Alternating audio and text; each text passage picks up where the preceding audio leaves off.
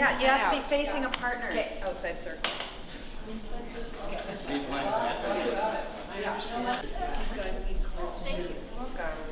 Okay, so everyone has a space, and everyone has someone across from you. You need cards.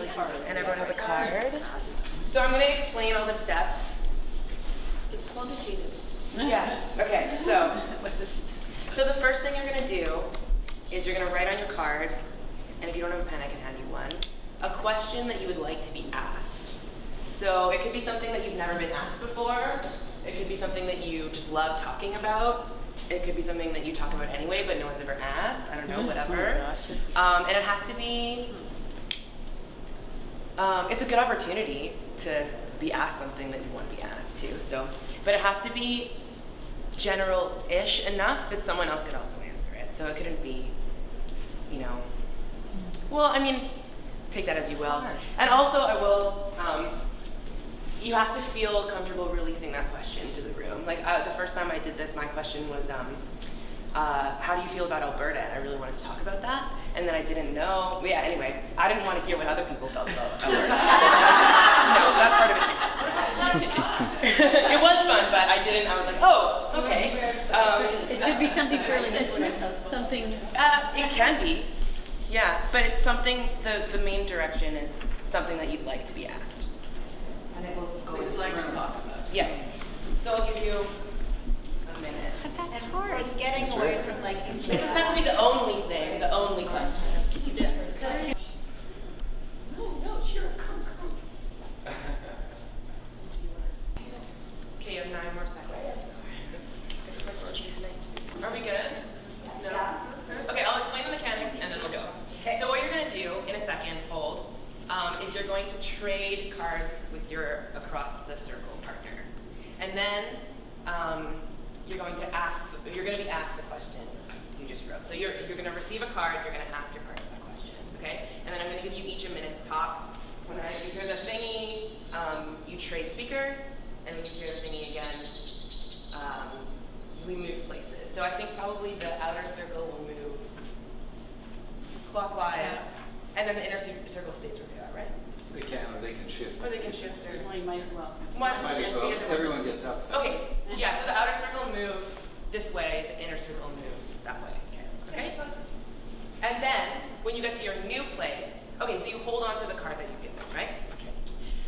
When you hear the thing again, you move. When you get to your new place, you trade cards again, so that you're answering the question you just asked. Does that make sense? Yeah. Okay. There's sometimes confusion around the mechanics of that. So you trade, you ask, you move, you trade. Yeah. So you'll get each a minute to talk. I think a minute is enough. No, it won't be, but you get a minute. And we don't have to write anything down. No. Okay. Just you can experience it. So when you, but just hold on. When you hear thingy, you switch speakers, you hear it again, you move places. There is also something that, so this card switching thing happened in the first iteration when we did this with the class. And then when we were doing with this the workshop, something emerged like, okay, these questions are really deep questions, and you don't always know where they're gonna land. So if you get a question that you're like, no way, I'm not gonna answer that, that just coincidentally touches some shit I don't wanna get into, you don't have to. But you can also be creative in the way that you answer it.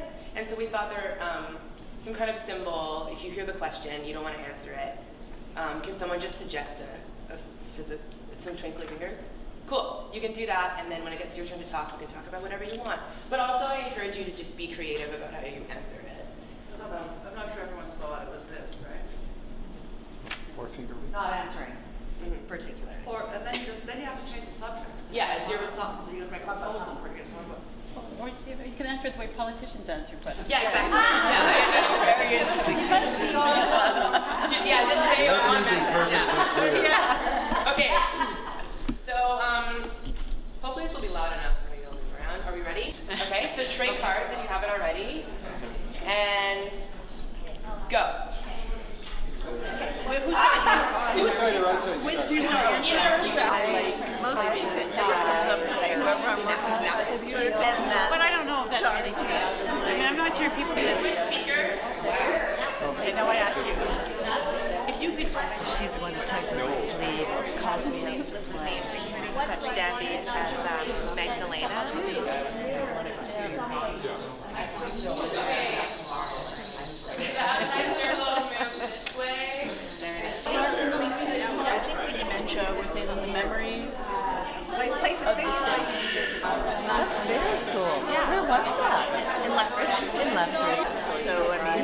questions. I would feel very now. Extend myself beyond what's practical.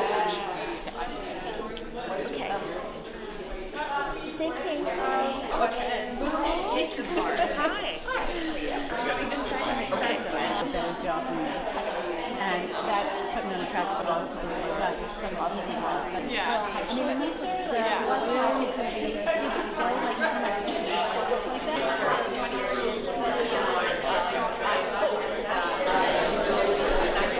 Thank you, partner. Thank you.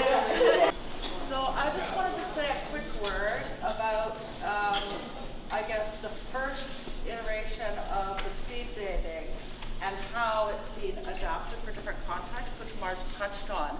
But in the studio in Encounters, it was a way to quickly identify, we mentioned this, but to quickly identify what things people were not dealing with or talking about. And we actually turned it into a bit of a game. So there were like prizes for the most conflicts that came up. And then it became something quite different in the class. You mentioned group building, so Mars will say a word about So that. the intention originally was a group building exercise that I think because we wanted to stay away from like physical, like touching, because I think there was a lot of that. Anyway, and then that's where the question switching kind of actually arose from just confusion, which is really where a lot of the like that makes like this experiencing it so wild is switching the questions. And then when it appeared in our 4-hour workshop, it was a way, because we were kind of building the workshop around how do we get people to have deeper conversations quickly? Like, how do we facilitate an openness space for extraordinary conversations to happen? And so this was the first step on that, with the understanding that there was more to come after this. So this wasn't a standalone activity, but it was a way to just smash right into it, I think. And then Ruth kind of was like, this is great, I'm going to use this as a way to get two groups of people into one group of people really quickly.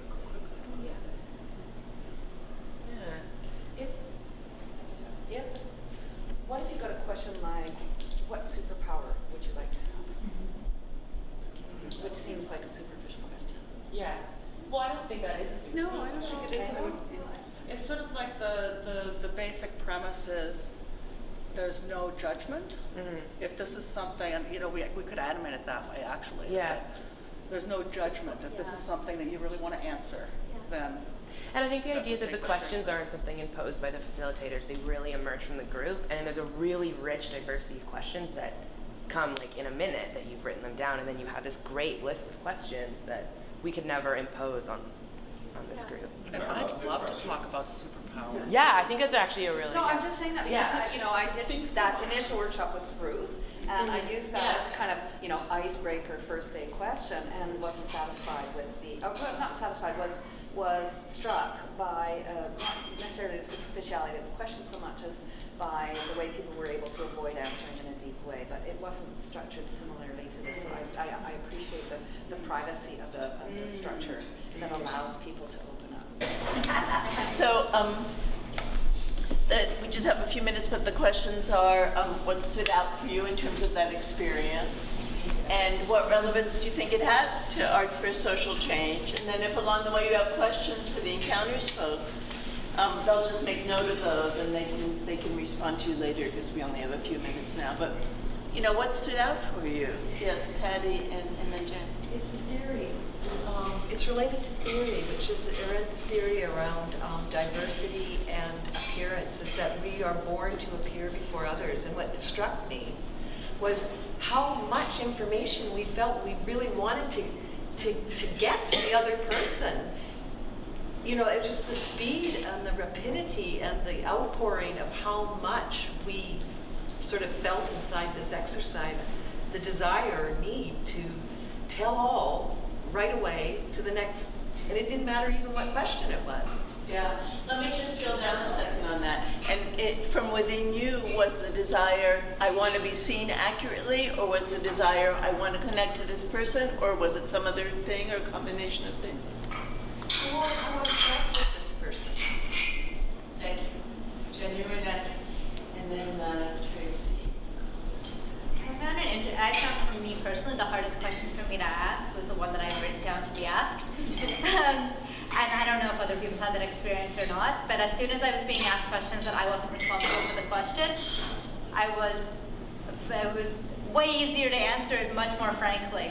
And I don't know what that has to do with sort of like giving, I don't want to hear. It was hard because you felt exposed or something? What was hard? Give a name to the hard. I guess it was maybe the question that I put out there meant more to me in the first instance, and so it was harder to find words. It was really an open question for you, not something you just popped an answer out. Yeah, it was something that was important that was close to my heart, but hard to speak to. Okay, thanks, Jen. It's very safe. The format of this was interesting in that it was great for somebody like me. Oh, think on your feet, say a whole bunch of stuff really, really quickly, just, hey, I can do that, I'm comfortable.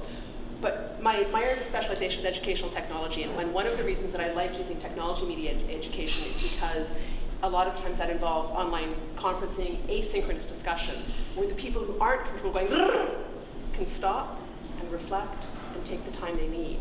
And it occurs to me that with many of my students who find it difficult to speak up in the classroom, I'm wondering how they would do with 1 minute to answer quickly a question that you've never seen before, and whether anything can be done to help them in an exercise like this.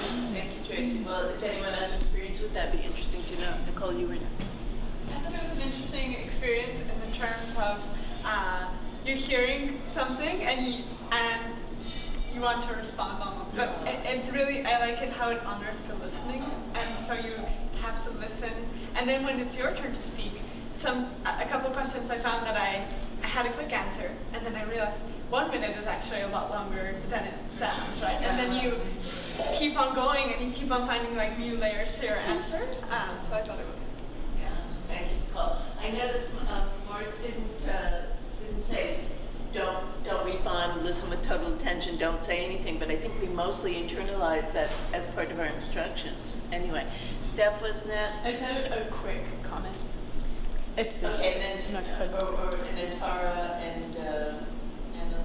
Yeah, I think this would have been really good to do on the first night. I know that most of the people here already know each other, but as someone who's like just coming in, like that would have been priceless, just because you could pick up those conversations with people later on. Like it's such a good icebreaker. So that might just be something to consider if people are having other events where they're bringing new people in. Like would have been so helpful. Thank you. Yeah, it just made me think of stuff I've been thinking about lately where you, kind of the flip side of your comment, which is being forced to articulate yourself on the spot, you figure out what you care about. Like a lot of the questions were around what your values are, and being in a position where you have to articulate those quickly, you learn what they are, you know? And so that was something that came up for me. Yeah, so the self-knowledge part of it, I think, for a number of people commented going around the circle. Thank you, Emily. Yeah, I echo that. First of all, I thought the questions were all really good, and really good at quickly surfacing, gee, what do you really think about that? What is your answer to this? Never thought about it, but now that I have to think about it, it's very good self-knowledge, self-knowledge building. I agree with Jen that by far the hardest is thinking of the question. And that's really the most sort of stressful part of the whole exercise. But I think actually, though, I'm not sure it would be a great icebreaker, because if you don't know who the people are, you're probably a little bit less wanting to be as open, and because it's quite intimate to see how you feel about some of these issues. And so it's something that it's easier to do, I think, in a group that you feel very safe with. Culturally, for example, that's not how we express ourselves, or there's something sacred there that might be bothered. The other thing that is interesting around the questions, since it is the people in the circle asking the questions in the beginning, you might not write the same questions that you want to be asked, because you're writing the question you want to be asked. So you're setting the level of comfort for yourself. And so, yes, in the beginning it wouldn't be the same question and it wouldn't be the same conversation, but then it goes very quickly into, it's a very interesting tool. Yeah. Thank you, Lisa. Somebody's watching the time. I'll call on other people until you tell me time's up. Who else? So we're talking about the relevance for different groups, how well you need to know each other, what the context is you can use it. Does it have art for social change implications? Other than bridging the cultural differences that might be exposed by putting everyone in this rapid response framework? Is anything art for social change? I think it has potential for community building because of knowing from individual voices, you know, the people with whom you're spending time, which is central to social change. I was just listening to the reflections about the easiest question to respond to was the one that we had hoped to answer. And this is like, I guess, more of a personal insight than any sort of broader reflection on the activity, but I was thinking for me it was the opposite, and that I felt like almost like a pressure to get the right answer to other people's questions.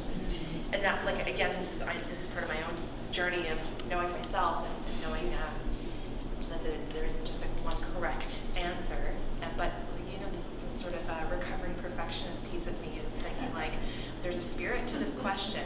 There was an answer that somebody had to this question. I need to get that answer. I need to deliver that answer and make it my answer.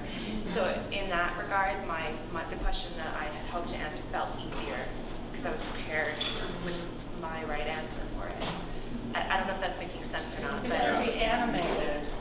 Well, let's consider for a moment that the reflection on the experience you had that we're doing now is an integral part of the exercise. Yeah. Then the exercise gives you an opportunity to know some things about yourself, not only the content of your answers, as people were said, but how you respond in terms of how you feel and stuff. Yeah. Until hearing that reflection, I didn't really understand what was that about because I felt a little discomfort, but now I'm recognizing it a little bit. Yeah. So is that self-recognition? Yeah. You know, what's activated in this moment? Is that useful for group work? Probably so. Huh? Yeah. Just, you had asked the question about, what was the question? Is the relevance to arts for social change. And I'm thinking about the notion of compression, right? And my roots in coal mining town surfaced, and I think about coal compressed into diamonds and the idea that art is about compression. And this is a game that takes information and compresses it, right? So we could say, okay, we're all going to take a few moments and everyone's going to go around the circle and say a few things about themselves, and we would all be preoccupied with what we're going to say about ourselves by the time we get to the 29th or 35th person. But this is active and engaged, and I think it embraces the compressive power of art. So I think, yes, it is. 1 minute. Okay, so let me then say something for 20 seconds of that 1 minute. So I think it also raises this question of cultural comfort. And are you in your comfort zone? Are you in your discomfort zone? And I think that's something that we could really interrogate more is it necessary for people to be in their comfort zone? Or is there value to be in your discomfort zone as long as you're titrating the discomfort such that it doesn't push somebody over into, you know, complete triggering or reactivity somehow? And so if you frame an exercise like this in terms of comfort zone, discomfort zone, and ask people to consider that question, you might get a different result than if you just put them in it, you know, without that framing. Who else wants to use the remaining 20 seconds? I was saying of like this is something I've heard in my education about leaning into discomfort. Like, it's not like a fall or a push into, but leaning into it. So that's good point. And I just add, I think that the theatrical experience really is a place of discomfort most often. It's that we frame it as play, and as long as we all embrace the notion we're coming together to play, now let's go to places where we don't know whether we're going to fall or stumble, but it doesn't matter because it's play. Yeah. Well, thank you guys. excellent.